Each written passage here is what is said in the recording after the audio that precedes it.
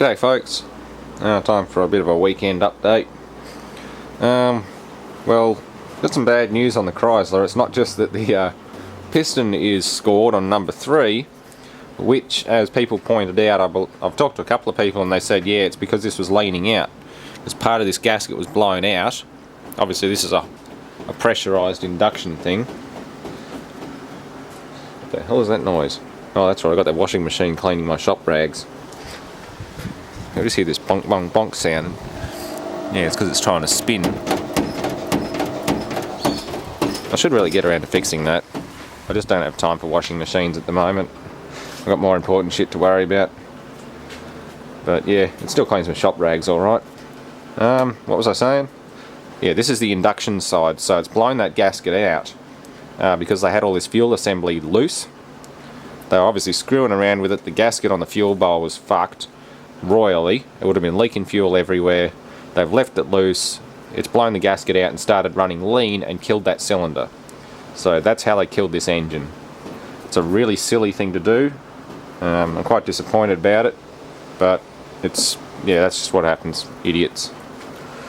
So yeah, worst part is I was cleaning up, priming it, trying to get it to up to a point where I could start it, and the starter motor blew up as well. So I need a recode starter or a second-hand starter. It just squeals and carries on, and that's about it. I've had it apart last night, and one of the commutator bars was badly burnt and pitted, just from previous starting attempts, like whacking it. You turn it a little bit and then hit the power, and it'll turn and then get to one point, lock up and just squeal. So I'll pull it apart one more time and have a look at it, but no promises, and I won't be doing it today. I've got bigger things to worry about. I want to get the Yanmar finished. As you can see, I've done a little more work on it.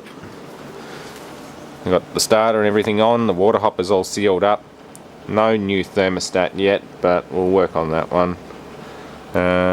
Yeah, water pump's fully reconditioned. I bought all new bearings and seals for it.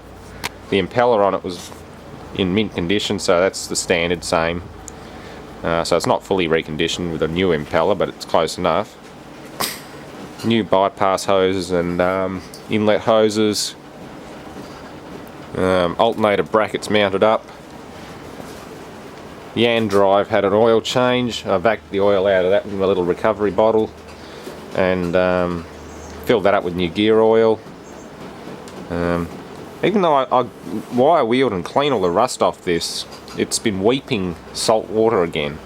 Well, there's actually salt ingrained into the cast iron from all the spilt water over the years. So there's not much I can do about that without actually bead blasting the whole engine. And, well, it does need to be pulled to bits and rebored and relined and, well, yeah, it's a wet liner, so they can pull the liner out and reline it. But that's not my job, so I'll just make it look nice, make it run nice, and then sell it off to some poor schmuck. No, I'll tell them it needs a full rebore, a full rework. They'll be able to tell anyway, just looking at it.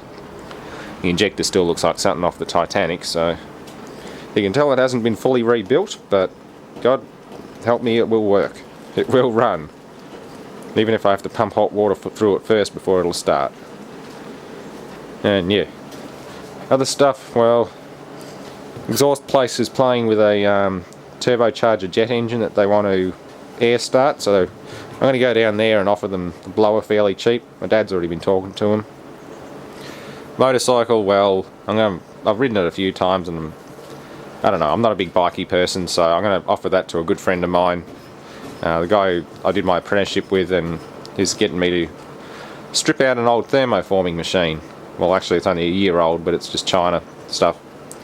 And that's happening after Christmas now, so yeah, that's why you haven't seen a thermoforming machine yet. So I'll offer it to him. If he doesn't want it, then, well, I think Jaytheozzi wants it.